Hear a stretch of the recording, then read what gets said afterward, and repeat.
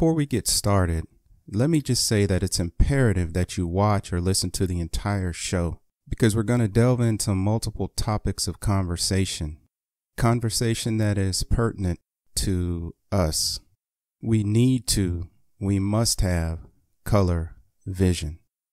If you listen to the whole show, you'll be less likely to take something out of context or be tempted to cherry pick a word or a phrase to disagree with me on, to, as they say, hate on.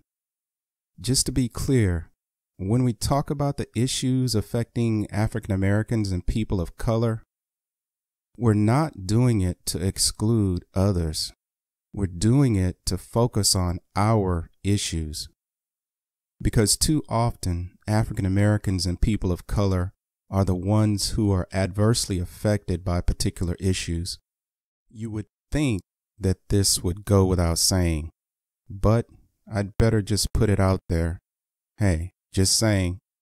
I want to remind everyone to, in the words of the late great James Brown, please, please, please share the YouTube link to this show with everyone you know and those you don't know. Speaking of James Brown, for those of you who don't know who James Brown was, just Google the hardest working man in showbiz. So if you like what you see and hear, please subscribe to this YouTube channel and also please follow and like us on Facebook, Twitter, Instagram, Pinterest, etc. This is the part of the show where sometimes I like to give shout outs. I've been meaning to do this for a while, but just haven't had the time. I want to give a shout out to retired NFL tight end Shannon Sharpe. Just want to give honor where honor is due. Truth be told, I don't really know a lot about him other than his public persona as an athlete and now as a sports commentator.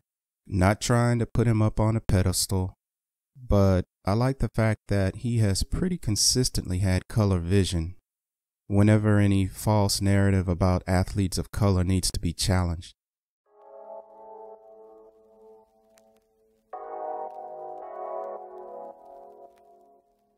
Now, let's get started.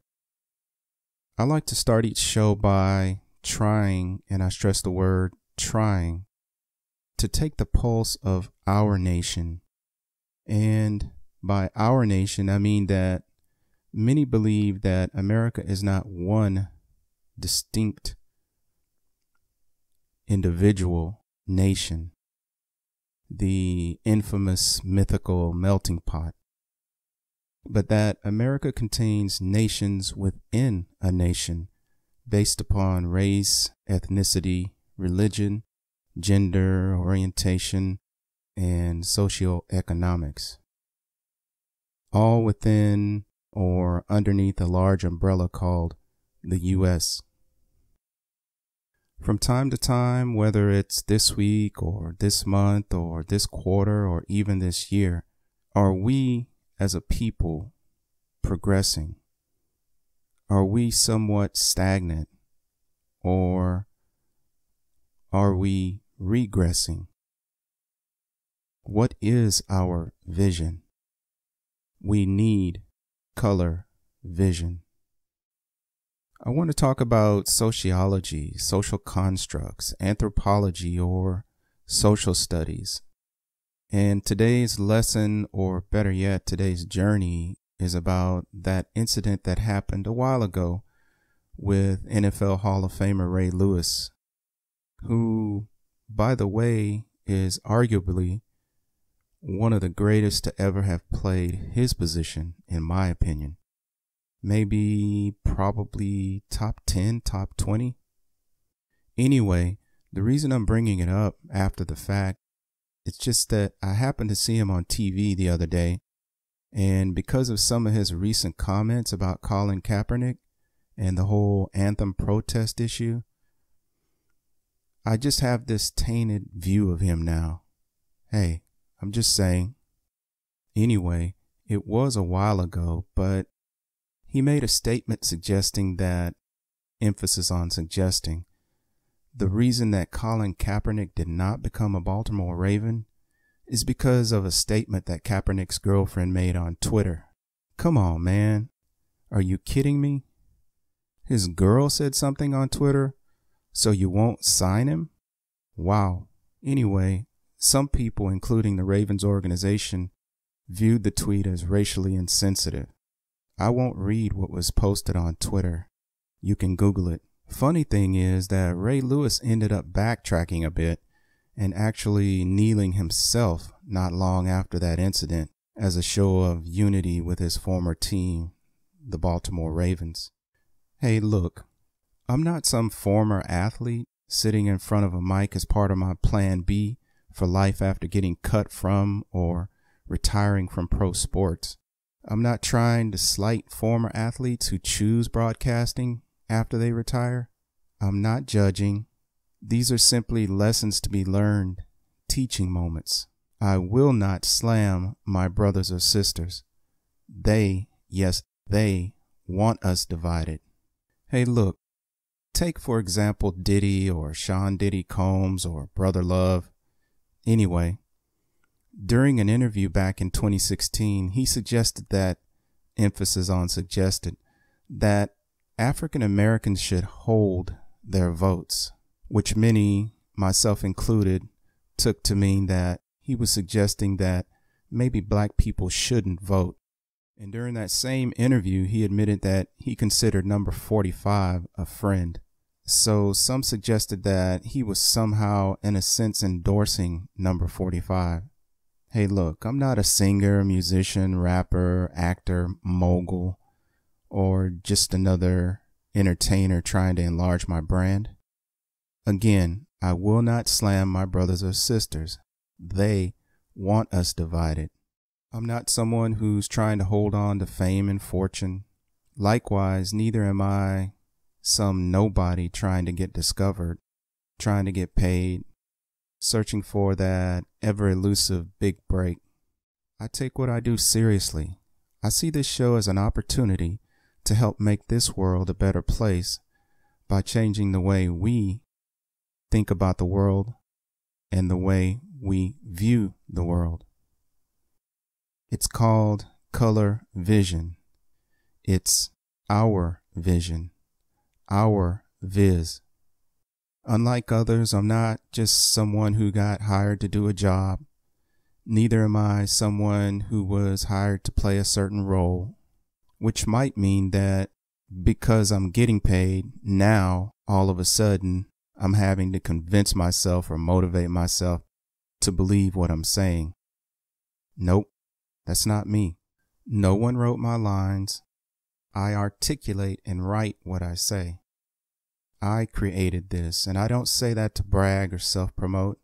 I say it so that people will know, or at least get a sense of how much skin I actually have in the game.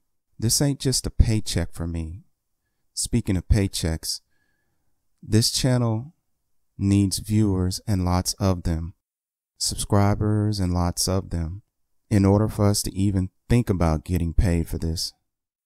Anyway, talk radio or TV might just be a paycheck to some former pro athlete trying to maintain a certain lifestyle after sports. But to me, this is real life. Not just the lives of my audience, but my life too. Again, I'm not a rap mogul looking for photo ops or opportunities to expand my brand. Hey, I'm not hating, I'm not. But I go through the same stuff and deal with the same issues that quote unquote regular folks do.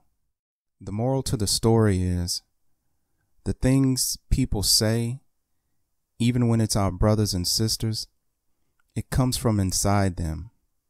I repeat, the things people say, even when it's our brothers and sisters, come from inside them. Listen, folks, your words show what's in your heart. Hey, if you're interested, you can find out more about the Ray Lewis or Diddy stories online. Let's take a quick break. Stay with us. We'll be right back with more Color Vision.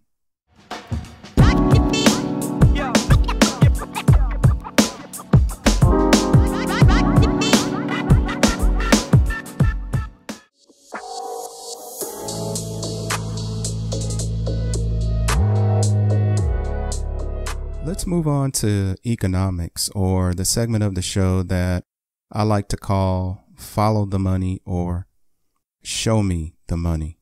Today, I want to bring your attention to something that number 45 said.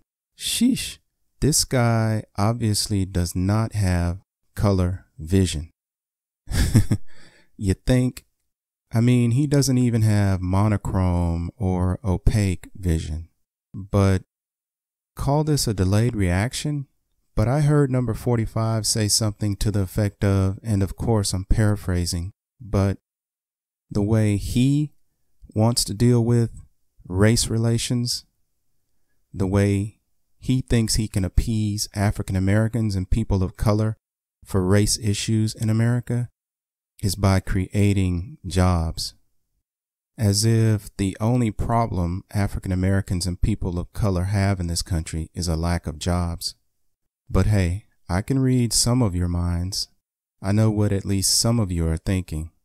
Yes, a lack of jobs for African Americans and people of color is an issue. However, a lack of jobs by itself does not squash or quell the race relations issue. That doesn't squash oppression.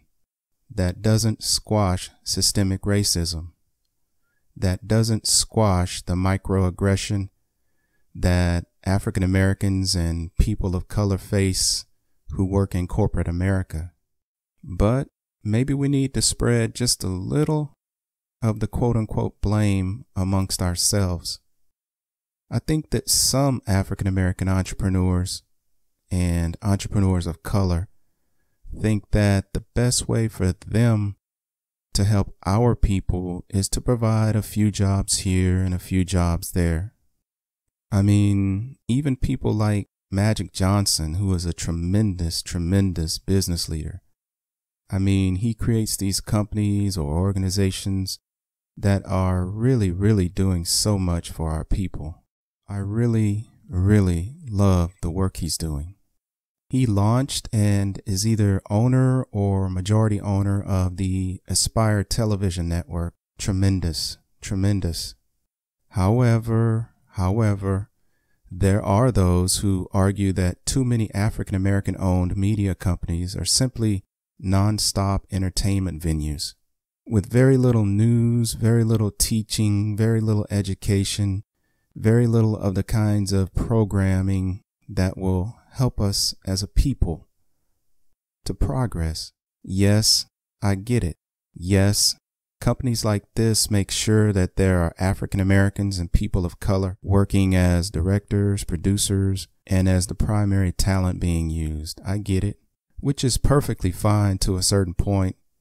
But when will an African American owned network step up and change their programming to be more progressive, to be more, for lack of a better phrase, more pro-black in terms of really empowering African Americans and people of color by informing them with news and information vital to their futures, to be more aggressive, to be more on the forefront, to be more cutting edge in terms of educational and news programming and less entertaining per se. And hey, God bless the CNNs and MSNBCs of the world for at least sometimes trying to get our news right. But we can't really expect to hear our narrative, our stories, our issues correctly interpreted on CNN and MSNBC. But hey, I personally will not slam my brothers or sisters. They want us divided. All it takes is one African American cable network to step up. Hey, everybody loves good music and visual theatrics. But how about somebody say something truly life-altering, impactful, and meaningful? Everybody loves a good sitcom on television, but how about talking about something that will change people's lives forever? We all like a good drama at the box office. Take me, for example. I love action hero movies. Also, truth be told, I'm a Trekkie, and I pretty much get into almost any sci-fi movie or TV show. So I'm not anti-entertainment, but how about more stuff with a real moral to the story? All it takes is 1 or 2 cable networks, 3 or 4 filmmakers. I'm just saying, perhaps now is the time somebody needs to step up and be willing to sacrifice profit, be willing to sacrifice prestige, be willing to sacrifice keeping their shareholders happy, be willing to sacrifice their standing in the entertainment or sports community in order to better our people. Isn't that what they were doing in the 1960s, the civil rights movement, and even before then? Isn't that real sacrifice versus making sure all your homies you grew up with, your crew, that they have token jobs just so they can be on your payroll because they were there for you before you made it big? I know it sounds like I'm meddling. I know. I mean, I really love the idea of wealthy African Americans and people of color, both men and women, giving away turkeys to the needy at Thanksgiving or toys to children at Christmas. But is that really the type of long-term sacrifice that's going to propel the next generation into the proverbial promised land? I get it. I get it. I understand the basic food and shelter idea. The moral to the story is, listen, Dr. King said, we can get more together than we can apart. That together is the way for us to gain power. Now, that's color vision. He also said power is the ability to achieve purpose. That power is the ability to affect change. He said it nearly 50 years ago, talking to those striking sanitation workers in Memphis. And I'm having to repeat it to make sure it's not forgotten. We need power.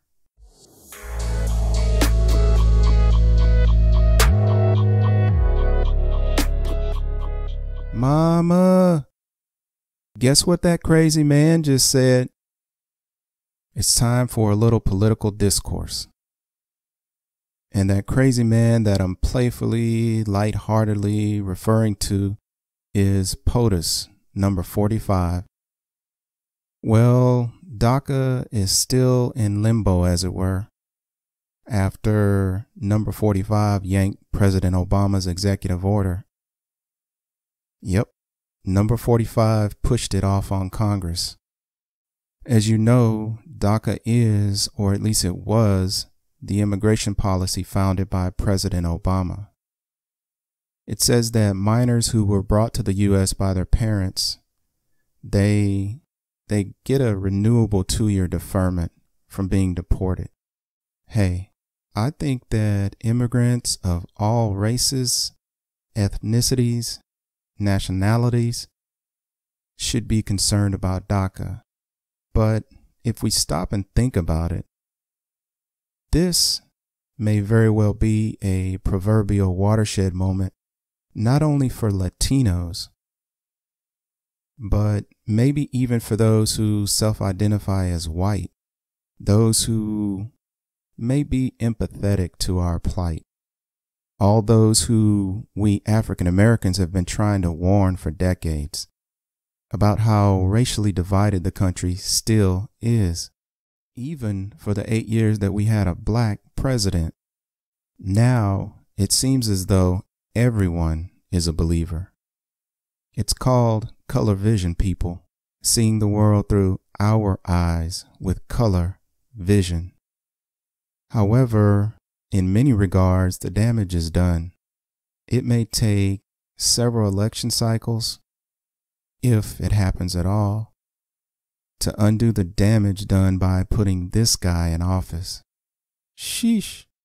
Not sure if I'm more ticked at those who self-identify as white who voted for number 45, or at all the voter suppression that goes on, or at the Electoral College, or maybe even at African Americans, Latinos, and Muslims who should have been voting in record numbers against number 45. You know, I'm constantly bombarded with emails asking me to sign petitions related to DACA. And it's so frustrating. And of course, I sign them. However, I feel like saying the same thing to Latinos in general that I say to my own people. And that is, I told you so. African American people, I told you to not only vote, but vote in record numbers. Latino people, if you are or were worried about DACA, vote. All recent immigrants, vote. Gender-related issue voters, vote. Sensible, loving, kind, tolerable people, vote. Native Americans and people of Asian descent, vote. Muslims, vote. We'll continue the discussion about DACA later. The question is often asked, why don't African Americans and Latinos and Asians and Native Americans, etc., people of color, why don't we unite and fight socioeconomic injustice and racism and white privilege? Why don't we do it together? Well, historically speaking, there have always been people who would align themselves with African Americans and people of color.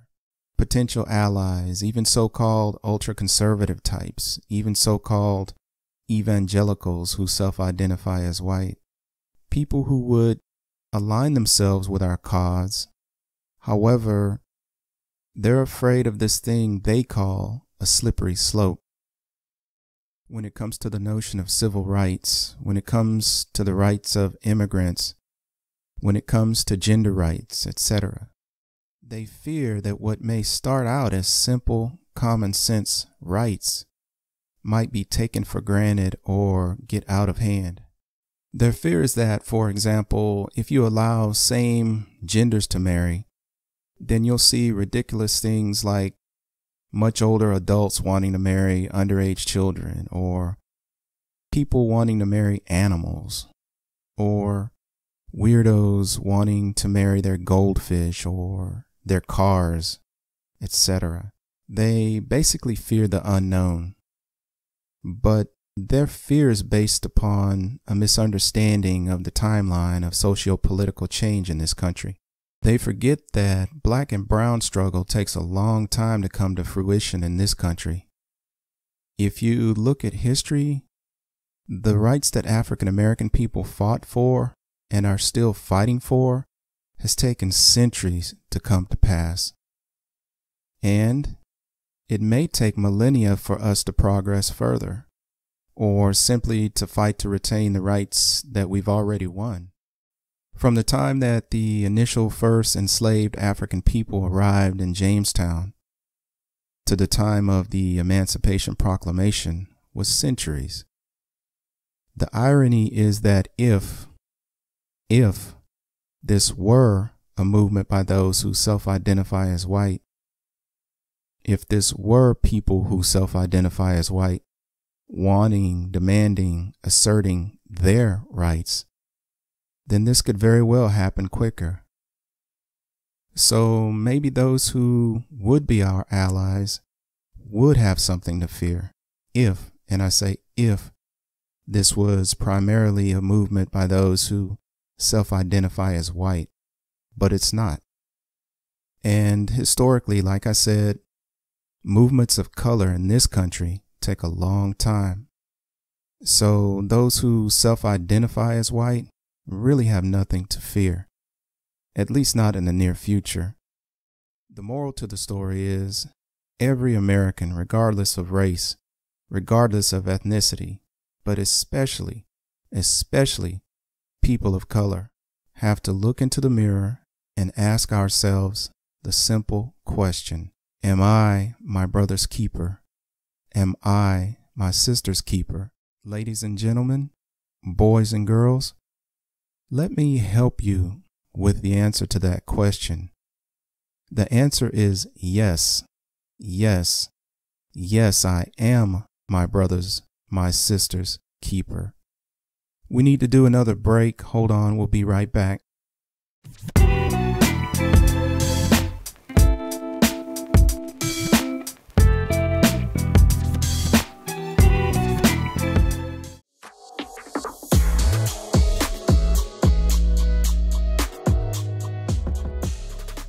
call this next segment religion, even though I like the term faith or faith-based better, but I use the word religion because it probably is a word that best points people in the right direction for what I'm about to discuss. I always like to start things off by asking the profound question, is that in the Bible? And by this I mean, how does the social, economic, or political discourse that's running around dominating the 24-hour news cycle, how does it line up with what the good book has to say about society, about money, and those in authority, in leadership, in government? And hey, I choose to use the Bible as my reference because A, that's what I know, that's my comfort zone. B, a lot of the social, economic, and political discourse seems to be, or is at least purported to be, or is quite often tied to this idea of Judeo-Christian values. And last but not least, this is my show. I'm joking, of course. No, I'm not. Yes, I am. No, I'm not. Anyway, this is my show, and like the captain of a ship, I can only guide this vessel based upon my own years of personal experience. Anyway, is the idea of pulling oneself up by one's bootstraps biblical?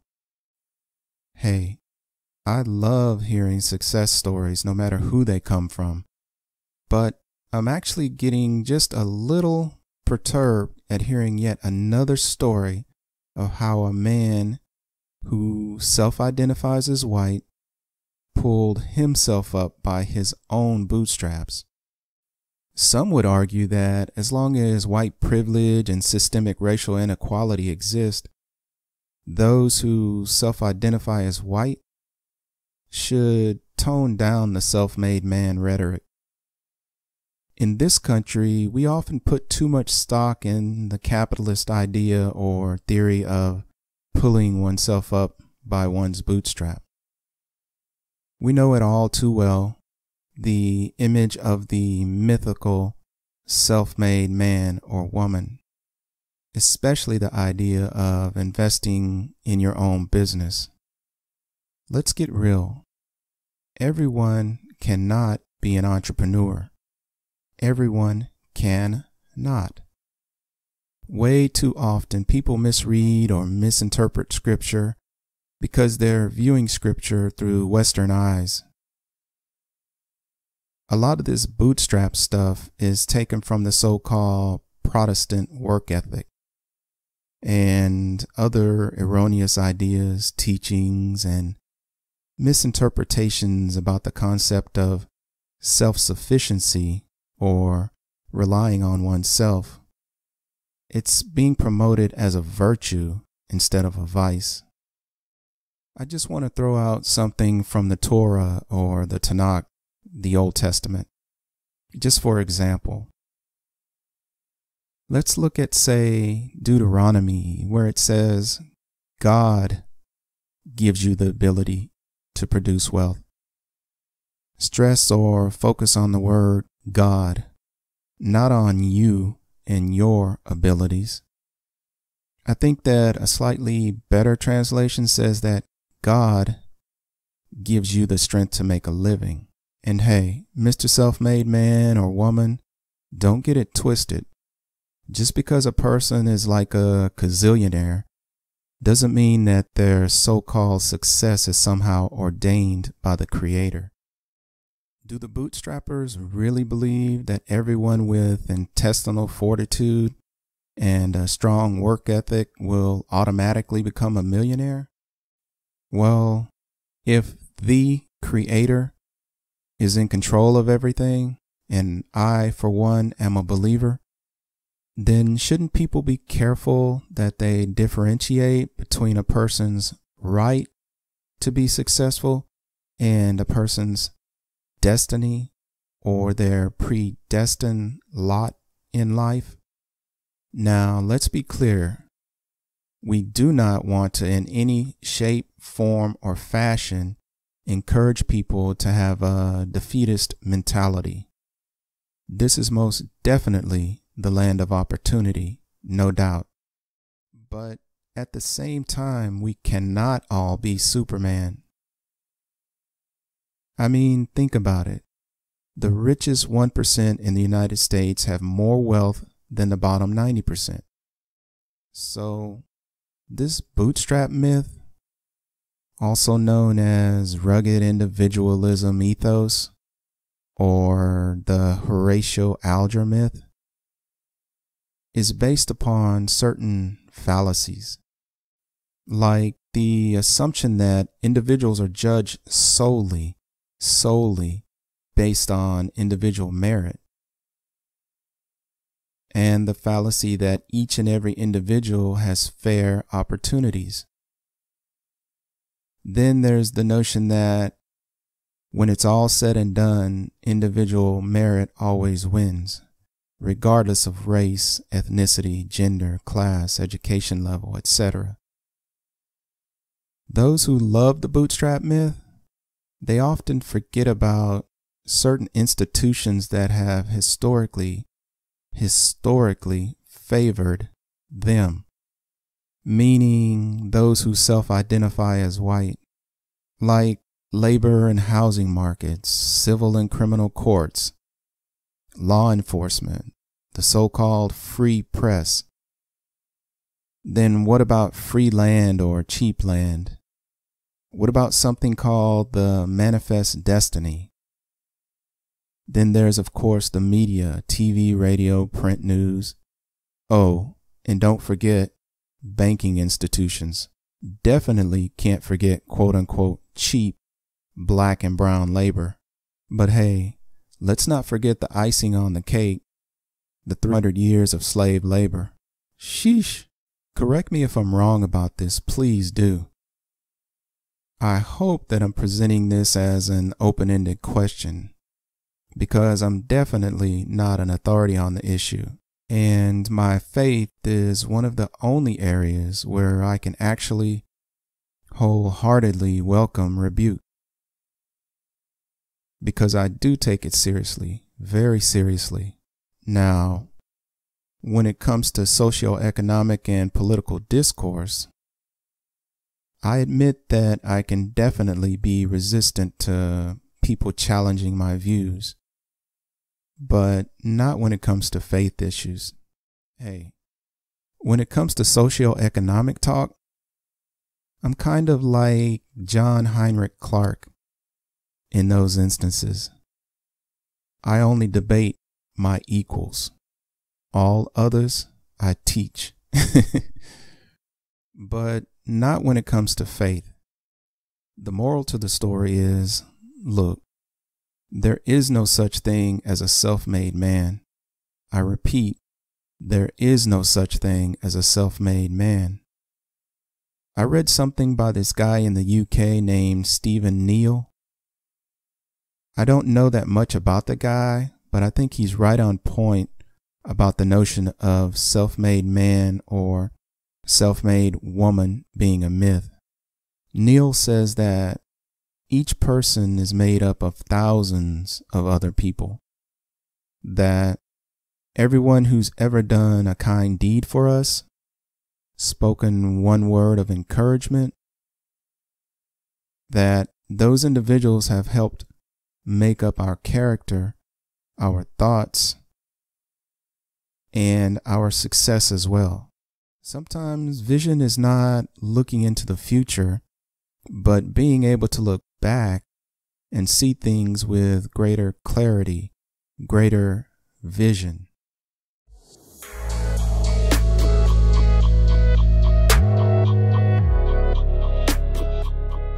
I only have two things to say.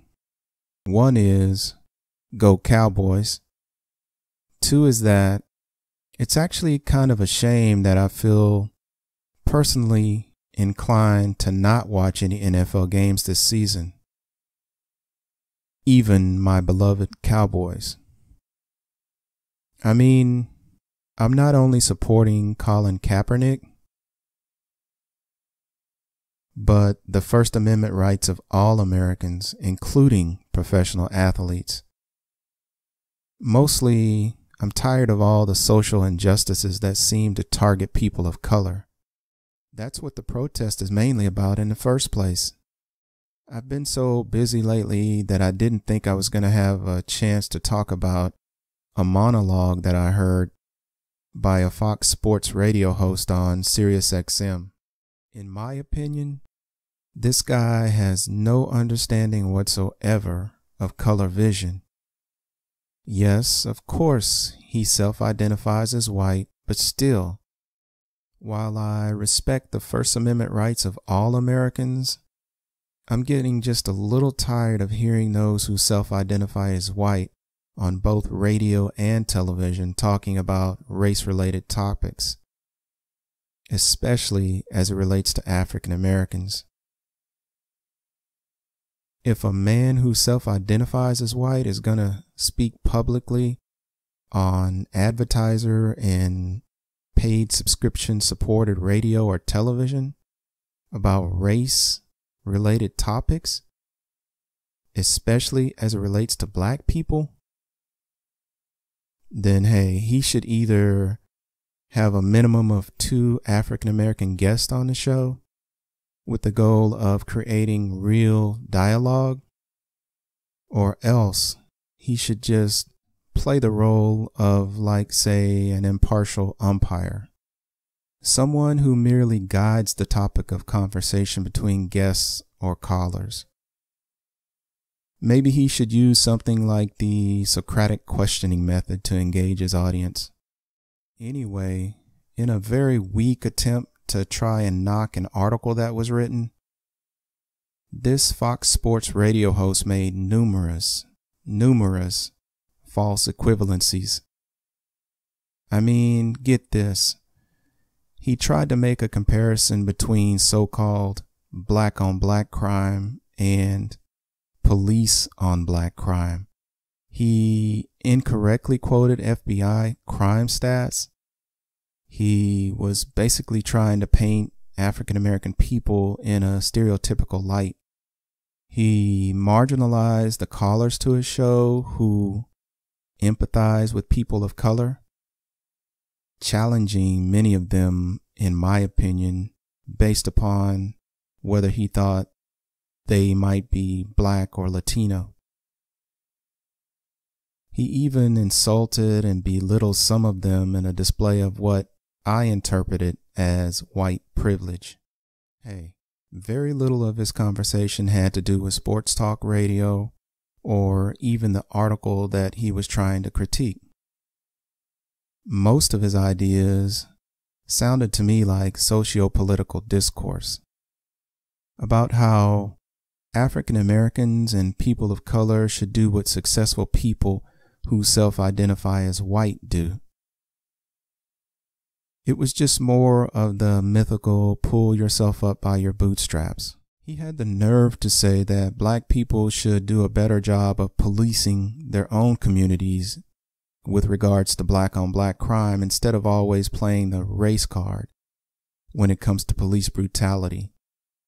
Now remember, this is all coming from a sports talk show host who self-identifies as white. Hey, I'm all for edgy, highly charged, opinionated radio and television programming.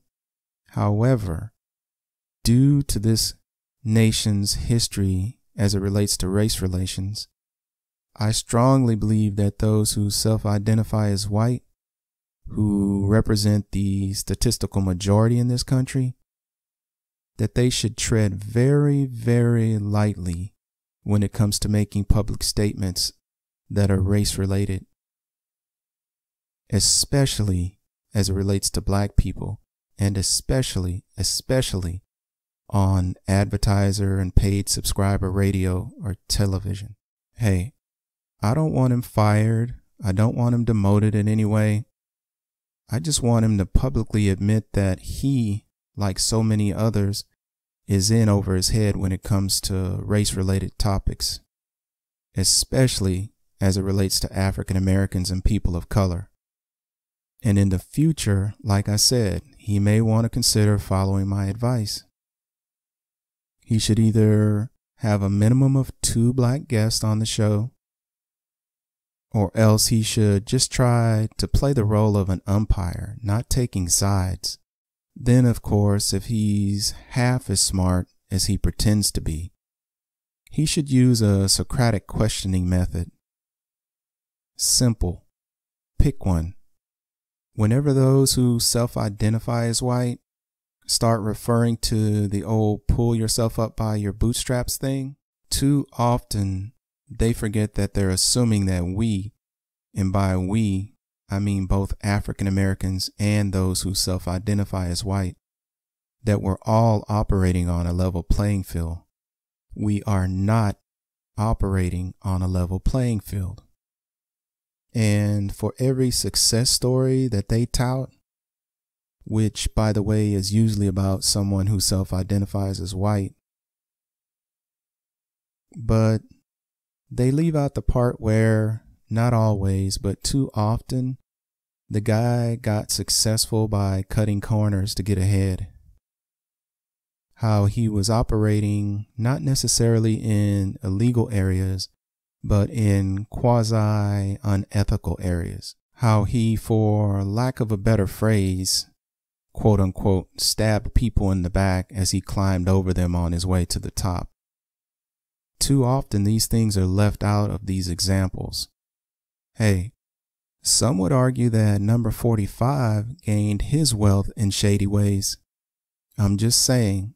The moral to the story is, if you don't know us, then way too often your judgment of us is going to be wrong. Stay in your lane. I repeat, stay in your lane. Sheesh. Seems like this stuff should be common knowledge, but evidently a lot of people still haven't learned this simple principle. If you don't have color vision, you end up being a stumbling block for those who do. Let's take a quick break. Hold on. We'll be right back.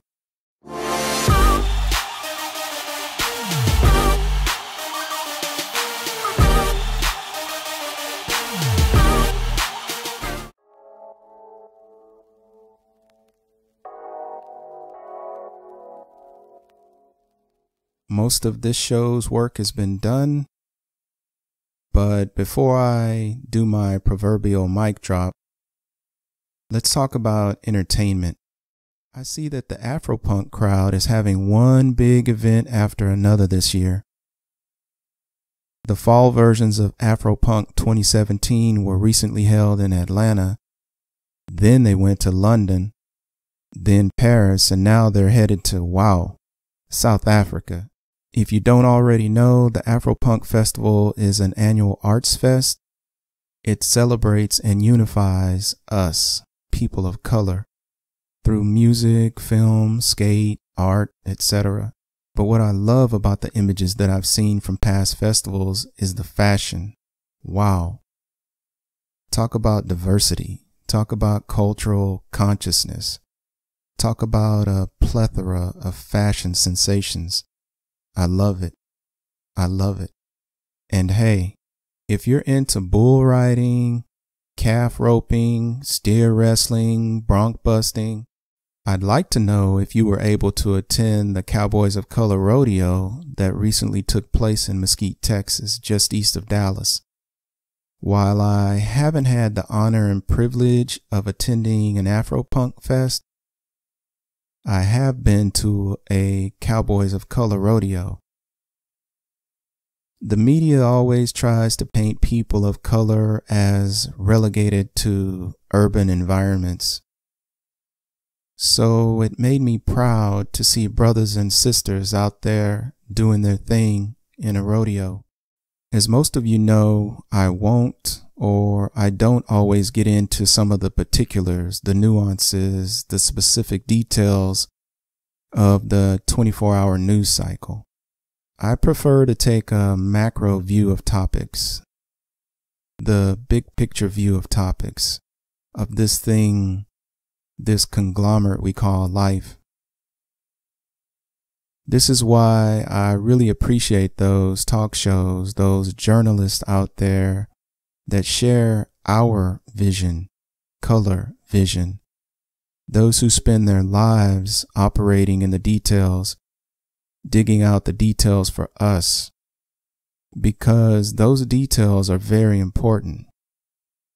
I strongly encourage you to seek out those sources of news and information that are not only fact-checked, peer-reviewed, credibly sourced, but those that are able to see the world through our eyes with color vision. Academic analysis and good research are paramount, but so is understanding what it feels like to be a person of color in America. If you didn't already know it, let me tell you, we can't rely on local and cable news to look out for our best interests. The election of number 45 was a wake-up call. It wasn't just the pollsters who got it wrong, but the big three cable daily news networks, CNN, MSNBC, and even Fox, who very badly promoted the idea that in the best case scenario, Hillary would win by a landslide, and in the worst case scenario, she would win by a slim margin. Never did the big three ever promote number 45 winning by a so-called electoral landslide. But hey, that's a topic for another show. Well, hey, I'm out of time for this episode. But if you have a story to share or would like to suggest a topic that you would like for us to talk about, then please reach out to us on social media or visit our site at ourviz.com. Until next time, always remember that vision looks outward and becomes aspiration. Peace.